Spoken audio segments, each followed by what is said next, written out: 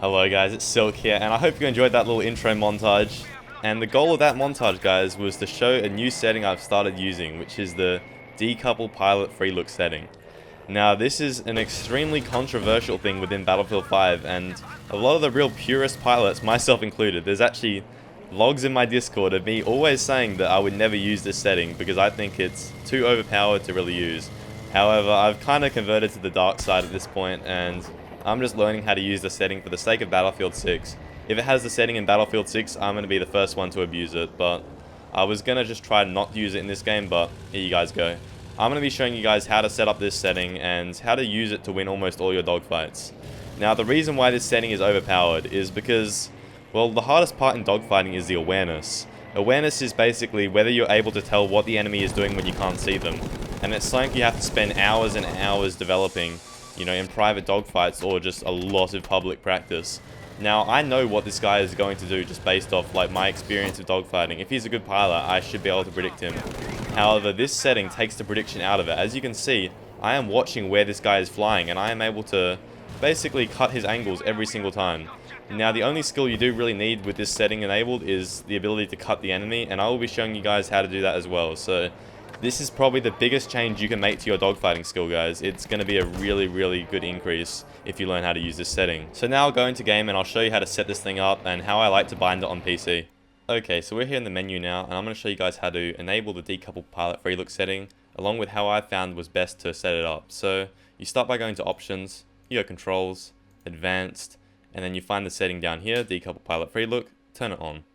Now we've done that, go back to key bindings, and you're going to have to change some of this up. So most of this stays the same, but these look up, look down, look right, and look left, I've changed all of these. So basically what you want to do here is you want to bind, or you want to unbind these all. So you click on each of them, and then you just hold down escape, and that will clear the binding, so like that. And I'm just going to bind them back to what I had them on. But you want to go clear all these bindings from both the mouse and the keyboard. Now that you've done that, you can copy my bindings down if you want, but I'll explain what they do. So look up is basically the one I use most of the time, and it causes your character in the cockpit to look up at where the enemy plane usually would be. So this is a really important one. I like to have it on left shift.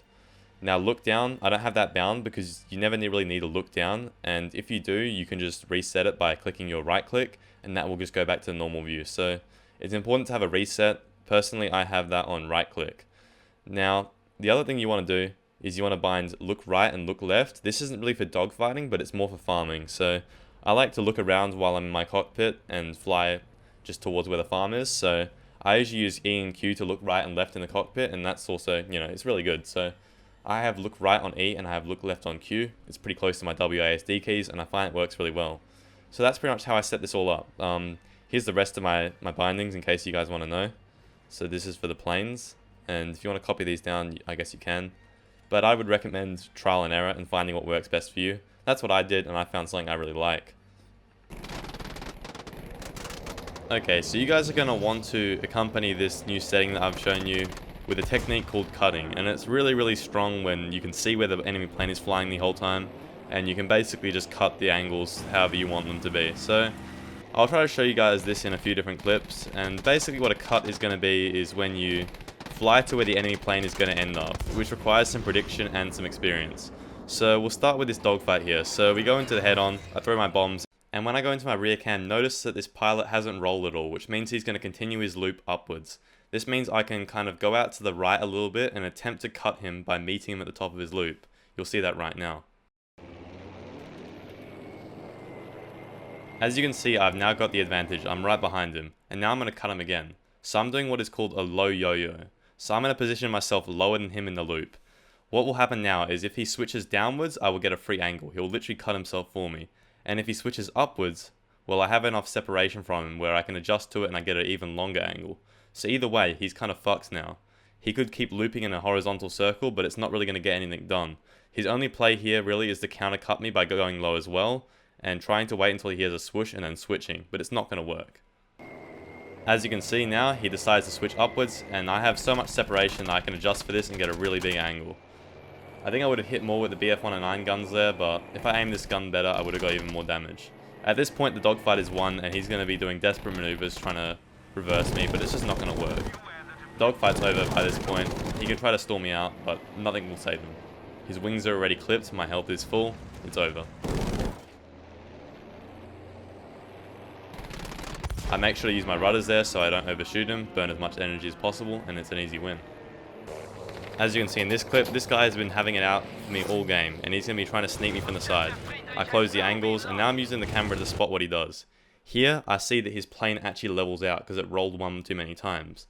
Because of this, I know he's basically either going to fly straight or switch upwards, so I level out so my crosshair is basically a bit above him, so if he switches above me, he dies. And if he doesn't, and if he goes straight, he also dies. And you'll see what happens now. So this pilot actually hesitates. He does a little switch to the right, then he goes back up. And since I've seen all these switches, it's too late. But he does a nice little brake pull on me, and he's actually kind of doing alright here. So he's actually even the fight again, but because I know where he's going and he's switching in my vision, it's really easy to follow him. I see he's going up, so I'm going to try to cut him by putting my crosshair up at the sky, and it works. I see all of his switches, and this fight is basically over by now. All I have to do is follow him and claim my easy kill.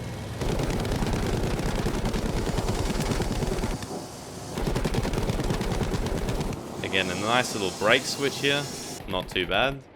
But since he's burnt all his energy and my nitro's barely even used in this fight, I can basically kill him through energy alone, which you'll see me do here.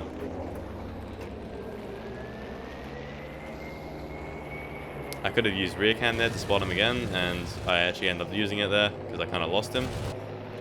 But here we go. Again, using it. I see I have to cut him vertically, so I point my plane where he's going to end up.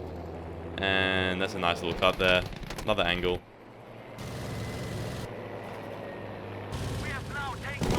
He does a desperate move to try to get saved by his AA, ends up crashing, and that's another win. Anyways guys, I think that's it for the video. Hopefully you learned a thing or two about cutting, and at the very least you can use this setting to give you a lot of free awareness in the dogfight. At the end of the day, this is going to be something you'll have to practice. It took me a long time to develop good awareness in Battlefield.